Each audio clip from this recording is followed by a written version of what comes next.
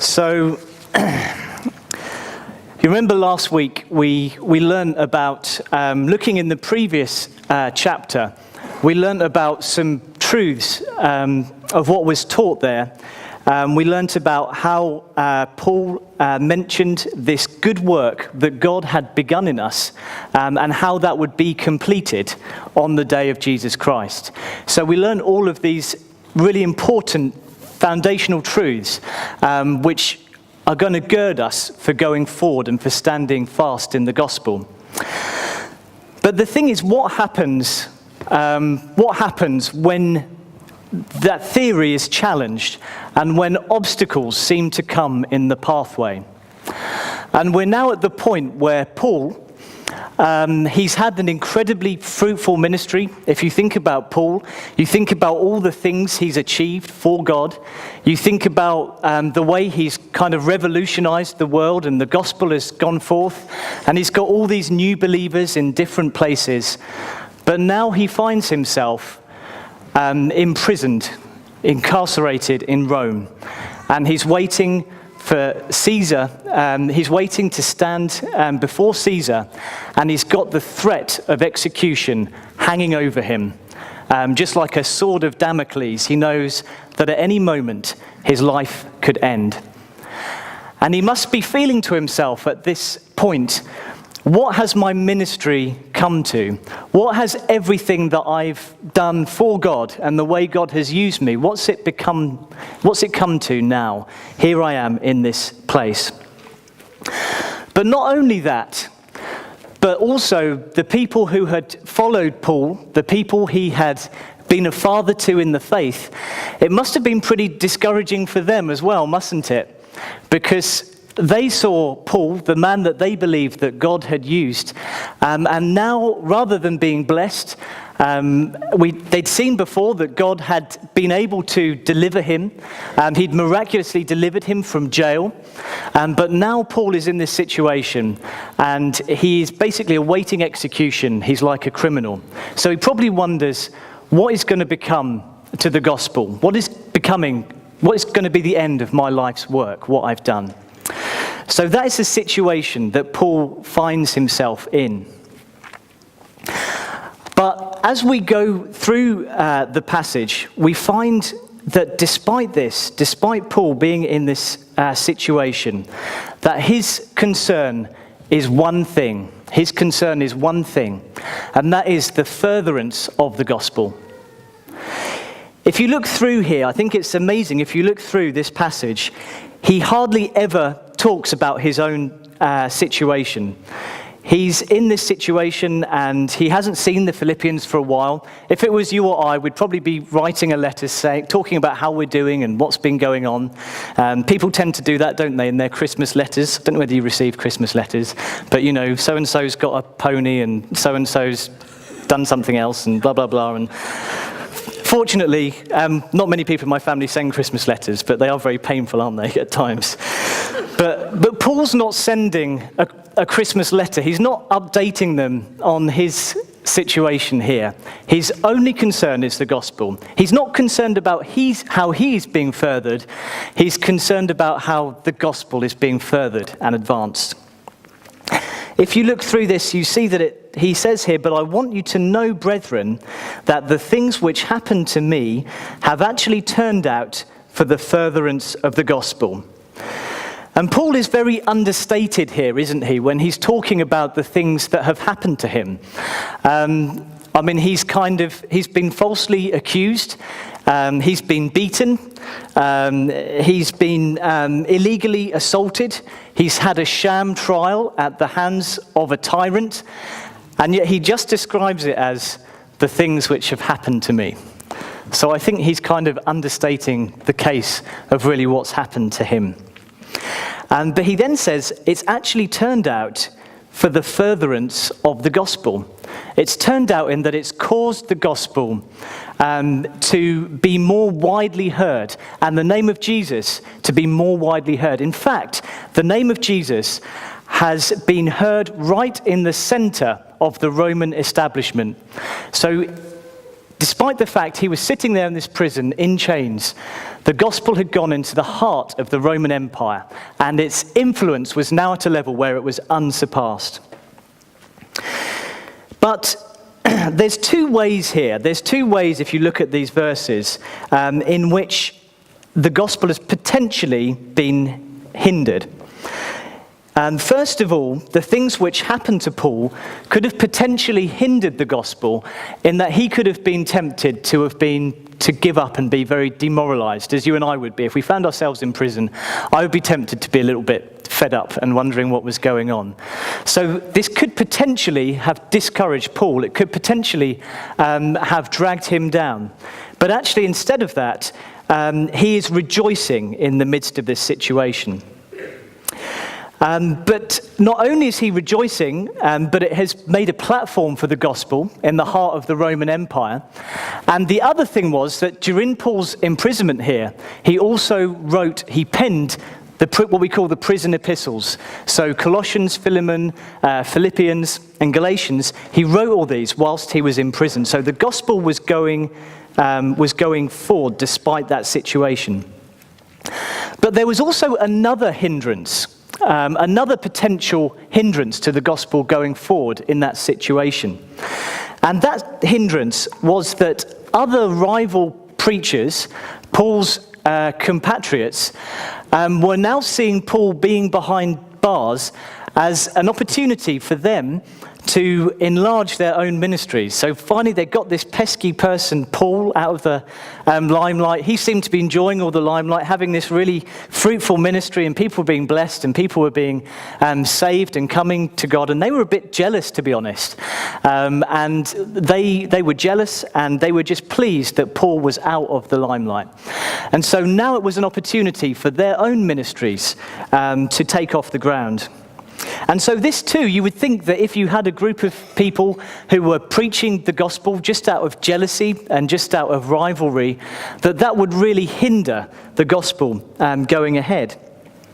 But amazingly, Paul says that even despite this, some indeed preach Christ even from envy and strife, and some also from goodwill. The former preach Christ from selfish ambition, not sincerely, supposing to add affliction to my chains, but the latter out of love, knowing that I'm appointed for the defense of the gospel. What then? Only that in every way, whether in pretense or in truth, Christ is preached, and in this I rejoice, yes, and will rejoice. So Paul's only concern was that Christ was preached. Amazingly, it doesn't even matter why they were preaching Christ. We always think we have to, and obviously Paul would have preferred, I think, that they were preaching out of pure motives rather than just preaching to preaching to undermine him. But his overriding concern was that Christ was preached. And I think we can learn a lot from that fact as well, from 2 points of view. First of all, we have a tendency to maybe judge other people who are preaching the gospel, and we kind of think, I wonder why they're preaching what they're preaching. I wonder why they're doing that. Are their motives pure? Are their motives entirely for Christ? But Paul says, it's not the motive. As long as the message is that authentic message that saves people and brings them to Christ, my overriding concern is that Christ is preached. But also, I don't know about you, but oftentimes we look into our own hearts and we look into our motivations for anything we do. I think if you look into your heart and you look into your motivation for anything that you think you're doing for a good purpose, whether that's work or whether that's in your families or whether that's ministry, if you look hard and long enough, you'll probably find that there are a mixture of motives in your heart, that it isn't 100% good or 100% pure. But I think that this is an encouragement because it shows us that we should step forward in the things God is calling us to, despite those motives being mixed. The reality is that this side of heaven, before we see Jesus face to face, our motivations are always going to be partly good and partly bad. And obviously we ask God to change our hearts and to purify our hearts and to make our motives more in line with his motives. But the thing is, even when our motives are not 100% pure, God is bigger than that, and God can bring out the furtherance of the gospel despite our motives not being 100% pure. And we have to be careful at judging other people's motives. As long as Christ is preached, as long as the authentic gospel is preached, that's the key thing. However, having said that, it is vital that the message that we're preaching is the authentic message. That's the key thing. If you look on the screen behind me, Paul talks about this in Galatians, and he talks about the fact that if we preach any other message than the message of Jesus and him crucified, then let us be accursed. Let that person be accursed. So the message is non-negotiable. But Paul is saying that the motives can sometimes be mixed, but despite that, the gospel goes forward and the gospel makes progress. So we just see Paul's heart here throughout this epistle. We see that everything he talks about is for the gospel. He talks about the furtherance of the gospel in verse 12. In verse 14, he speaks about being more bold to speak the word without fear. In verse 17, he speaks about being appointed for the defense of the gospel. In verse 18, he speaks about rejoicing because Christ is preached. And in verse 20, he speaks about Christ being magnified in his body, whether by life or by death. So Paul sees success in terms of the gospel. Paul sees success in terms of that gospel progressing. We often see success in different ways, don't we? We often see success in terms of, are we achieving our 5-year plan? I don't know how many of you have a 5-year plan for the future, but a lot of us, some of us do. And we often see success in terms of getting our goals met. The goals we have for our personal lives, the goals we have for our careers, the goals we have for everything else.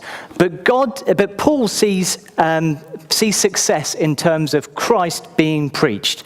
That's the overall motivation for his life. Christ is preached. I wonder whether we do that each day. I wonder whether if we think to ourselves, oh, have I had a successful day today at the end of the day? We tend to look at it purely in terms of how the day has affected us, in terms of have we got the things we wanted done, have we been happy, have people treated us well? But Paul got to the end of each day and he thought, how has it furthered the gospel of Christ? How has this week furthered the gospel of Christ? How has this year furthered the gospel of Christ? And that was his one overriding concern. He'd lost that concern for himself, and Christ had just become absolutely preeminent in his mind and in his thinking. Everything was Christ-centered. It was Christ-centered ambition. There's nothing wrong with having ambition for life. We sometimes talk about ambition being a bad thing, don't we? Or we can give that impression. But actually to have an ambition which is Christ-centered, to want to see Jesus magnified and to want to see his name honored is a worthy ambition to have. And that was the all-consuming ambition of Paul's life. And so, despite the obstacles that he was having, despite the situation that he found himself in, this is my first point, seeming obstacles which actually further the gospel. All of these situations could further the gospel, despite the fact they didn't seem to initially. But notice as well the second point about Paul's imprisonment. What was the second effect of it? It says in verse 14, it says that most of the brethren in the Lord, having become confident by my chains, are much more bold to speak the word without fear. So not only did the whole palace guard hear about the gospel, not only did Paul write a significant part of the New Testament, not only was he rejoicing in this situation, but also ordinary Christians were strengthened and encouraged to witness more for Jesus. They were encouraged, the ordinary brethren. These weren't people who were preachers necessarily. They weren't people who occupied a particular position, but they were just brethren, just ordinary Christians in the Lord. When they saw the fact that despite Paul being in jail, that God was still looking after him, God hadn't abandoned him, that Paul was overflowing with a joy and an expectation of what God was doing for him. When they saw what God was doing in Paul's life, they were encouraged themselves in their own lives to step out. And they're saying, well, because Paul can do that when he's imprisoned and in jail, Paul can do that when he's possibly facing death itself, so I can do that in my life as well. And the same thing happens to us today, doesn't it? We see people like Saeed, and we see people like Nabil Qureshi, and we see the fact that they stand in fear of their lives every moment of the day. And if they can stand in fear of their lives every moment of the day, and if they can endure beatings, and if they can endure these very real threats, then just maybe, I could mention something about the Christmas service to one of my friends at work. Maybe, I don't know. What do you think? So there are ways in which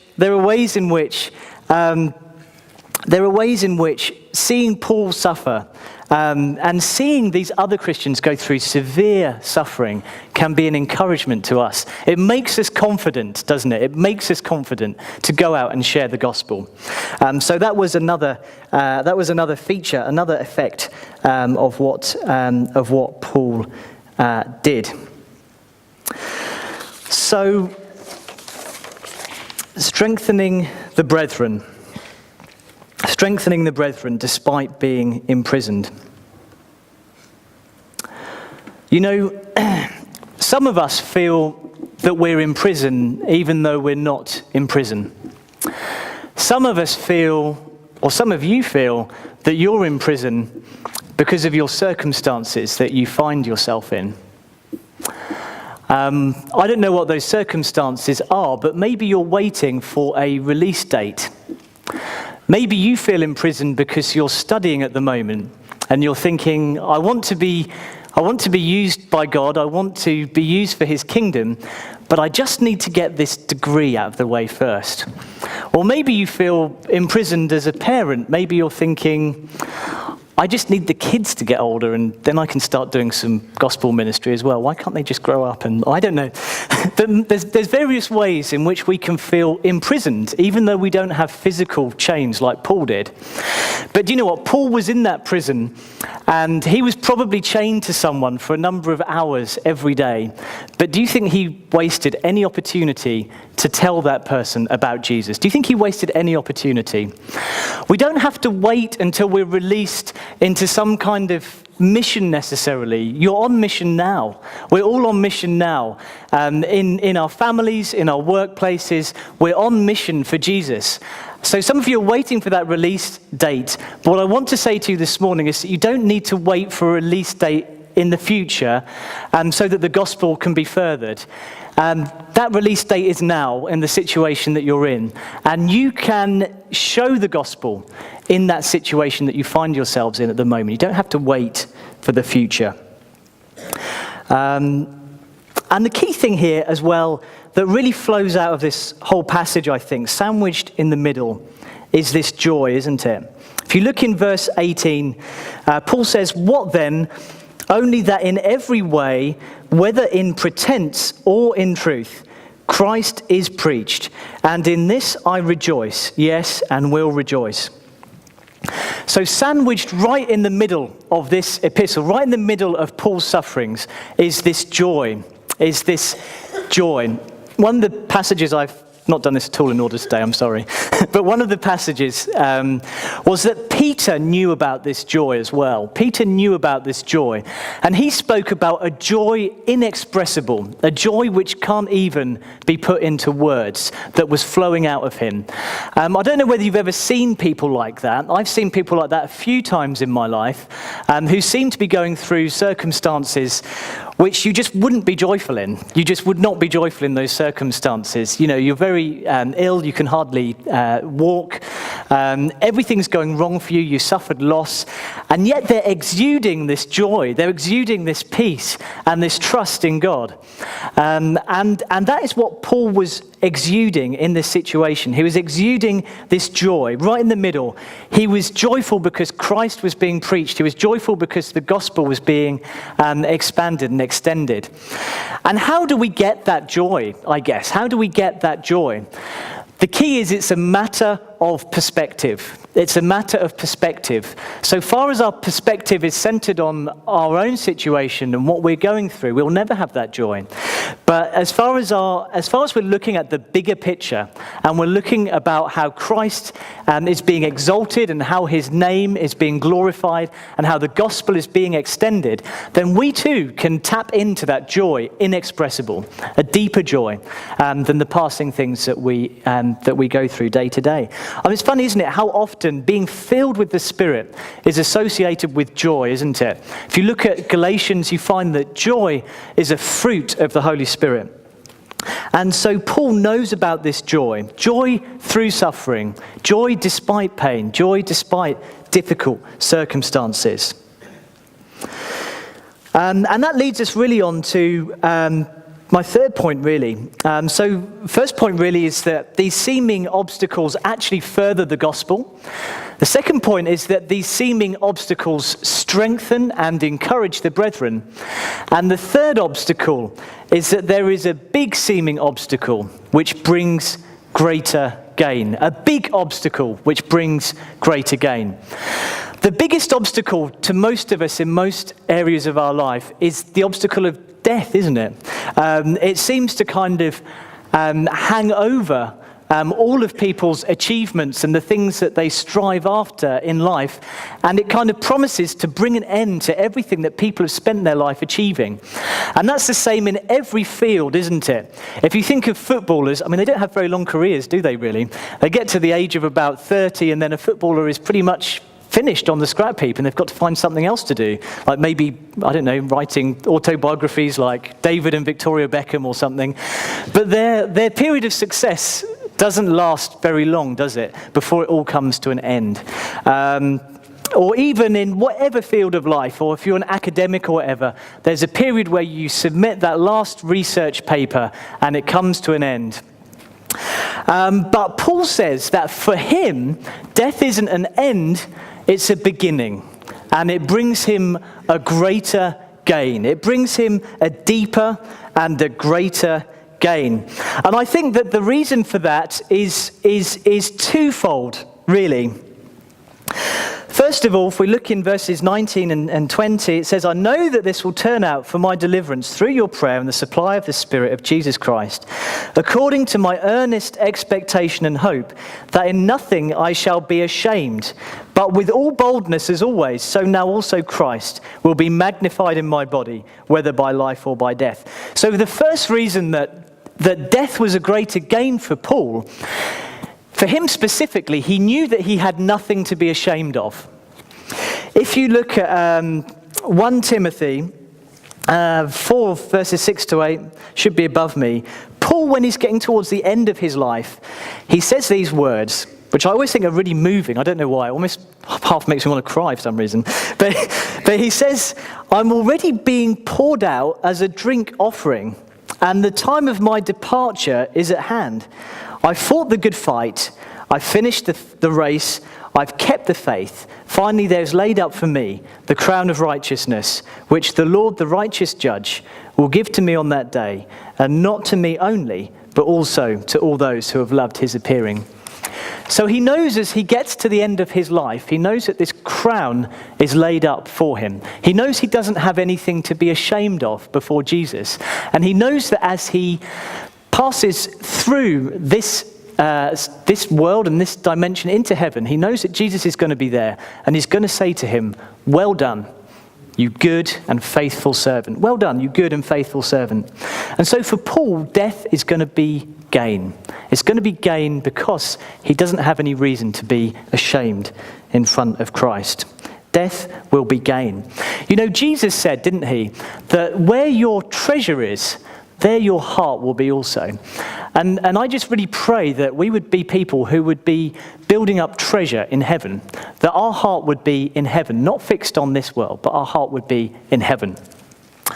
But the second reason that Paul knew that death was gain was that he knew that it would bring him a greater intimacy with Jesus. He knew it would be a greater intimacy with Jesus. Do you remember before in 2 Corinthians, Paul talks about this experience that he had, a sort of almost like a kind of I don't know about near-death experience, but some kind of really odd but amazing, profound experience when he was taken out of this present situation, and he was actually brought to the throne room of God. And it says there that he had such an experience that he said, I know such a man, whether in the body or out of the body, I don't know, God knows. He was caught up into paradise, and he heard inexpressible words, which it is not lawful for a man to utter. So in some ways we could say, well, it's very easy for Paul to say that dying is gain, because he's already seen what it's going to be like. But I think that the point is, although that is the case, there's so much we don't know about heaven, or we don't know about what things will be like. The Bible does teach us certain things about the new heavens and the new earth and how eventually it's all going to be. But the reality is there's a lot of how it's going to work out, you know, what the scenery will be like, what the buildings will be like, what we'll be doing the majority of the time. That's actually reasonably unclear to us. And the Bible doesn't really tell us a huge amount about that. But for Paul, it was just knowing that Jesus was there. It was just knowing that Jesus was there. Just knowing that his presence is there. It says in Revelation, it talks about the Lamb being there. It talks about the Lamb being there. And it says that there's no need for a light in heaven because the radiance of the Lamb covers everything. The radiance of Jesus, his presence covers everything. So it wasn't so much about where he was going, but it was about who he was going to meet when he got there. Who he was going to meet when he got there. And if you think for Paul, really, this was his whole life. His whole life, he'd been pressing on towards Jesus, to know Jesus more, to become more intimate with Jesus, a deeper experience with Jesus Christ, more of his joy, more of his peace, more of his presence in his life. And his only ambition was to share that with others, to share that gospel so that others could know Jesus too. And so heaven really is just... it's a consummation of a life which is lived that way. It's a consummation of a life which is lived that way. Indeed, I count all things loss for the excellence of the knowledge of Christ Jesus my Lord, for whom I have suffered the loss of all things and count them as rubbish, that I may gain Christ. That I may gain Christ, that I might know him in that way. So all of that, all of that. And so Paul gets to this stage, if we look on through the passage, he gets to the stage where, on the back of that, he almost gets to this stage where you could think that Paul is having some kind of mental breakdown in a way, because he almost seems to be sort of verging on the brink, in some ways of reading it, of contemplating suicide. He says, for to me to live is Christ and to die is gain, but if I live on in the flesh, this will mean fruit from my labor, yet what I shall choose I cannot tell. I'm hard pressed between the two, having a desire to depart and be with Christ, which is far better. Nevertheless, to remain in the flesh is more needful for you. And it's, at first glance, it's quite a strange way to think, because it almost does think that Paul is actually going through some kind of breakdown almost. But these aren't the words of a man who is driven to suicide because of despair. These aren't the words of a man who is just tired of life and just fatigued of life. These are the words of a man who sees a better country. He sees a better country awaiting him, and he has a yearning for that country, and he has a yearning to be with Christ. It says in Hebrews, but now they desire a better, that is a heavenly country. Therefore God is not ashamed to be called their God, for he has prepared a city for him.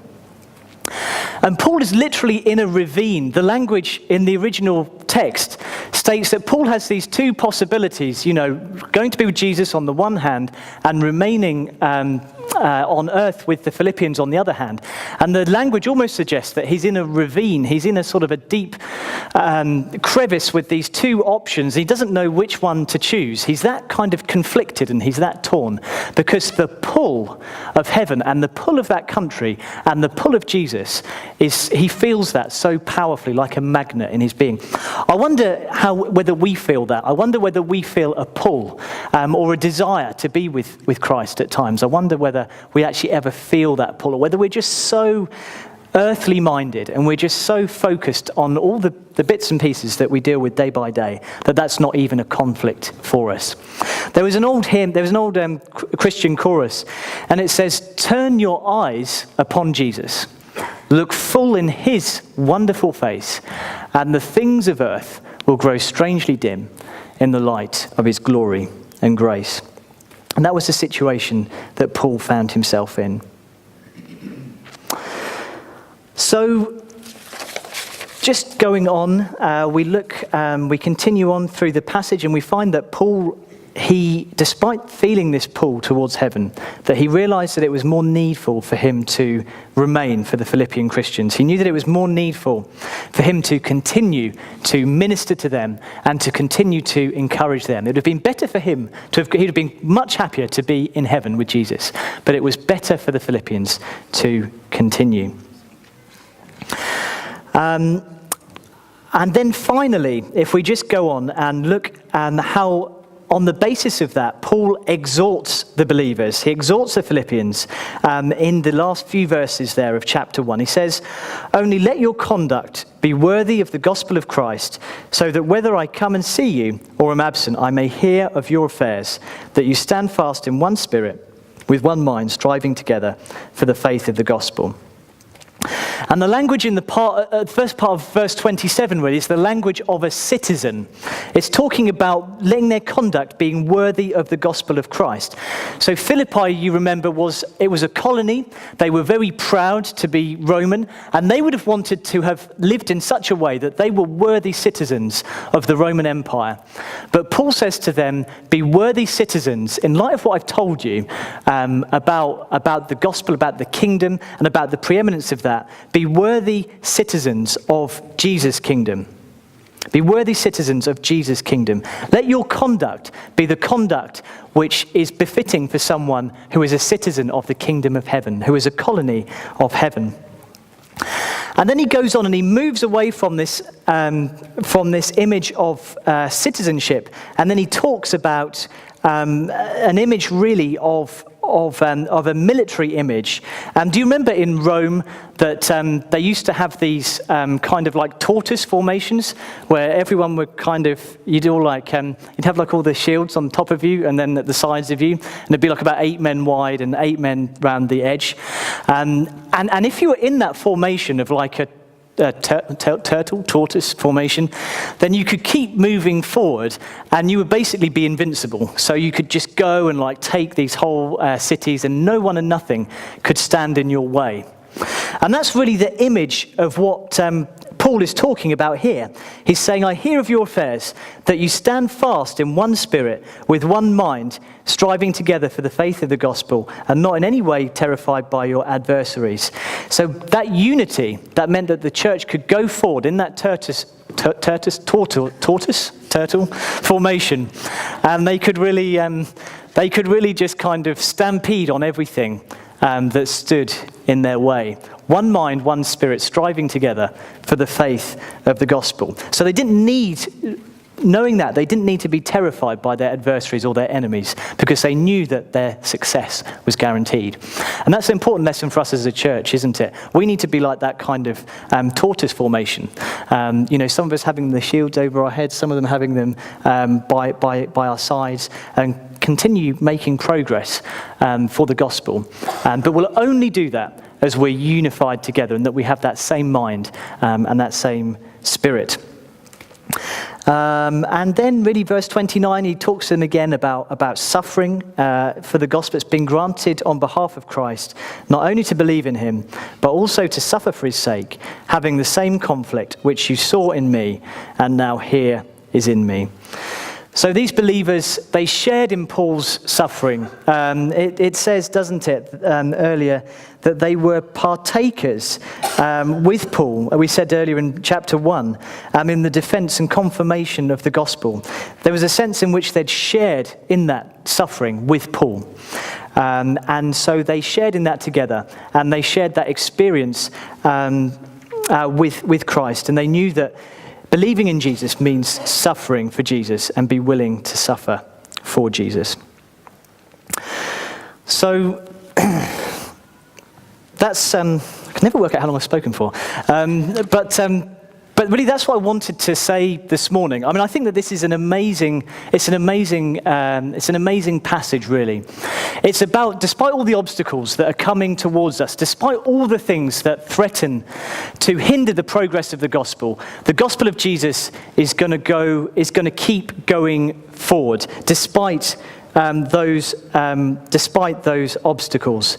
The gospel continues to progress. And even that ultimate enemy, the enemy of death, even death, is going to result in a greater gain for us. It's going to result in a greater experience of Jesus and a more satisfying and a more intimate relationship with him. So one of the other challenges I did just want to mention as well, before we go, is Paul says, I'm always amazed by those words of Paul in verse 20, and he says, with all boldness, as always, so now also Christ will be magnified in my body, whether by life or by death. And I think that those words are so challenging, because what Paul is really saying there is he's saying, Lord, can you just squeeze out of my life all of the glory that you can for your kingdom? Can you squeeze out of my life, wring me dry, and squeeze out all of the glory for my life for your kingdom? That's what Paul is really saying there. Whether it's by life or by death, whatever we go through, wring my life and bring out of it all of the glory that you can for your kingdom.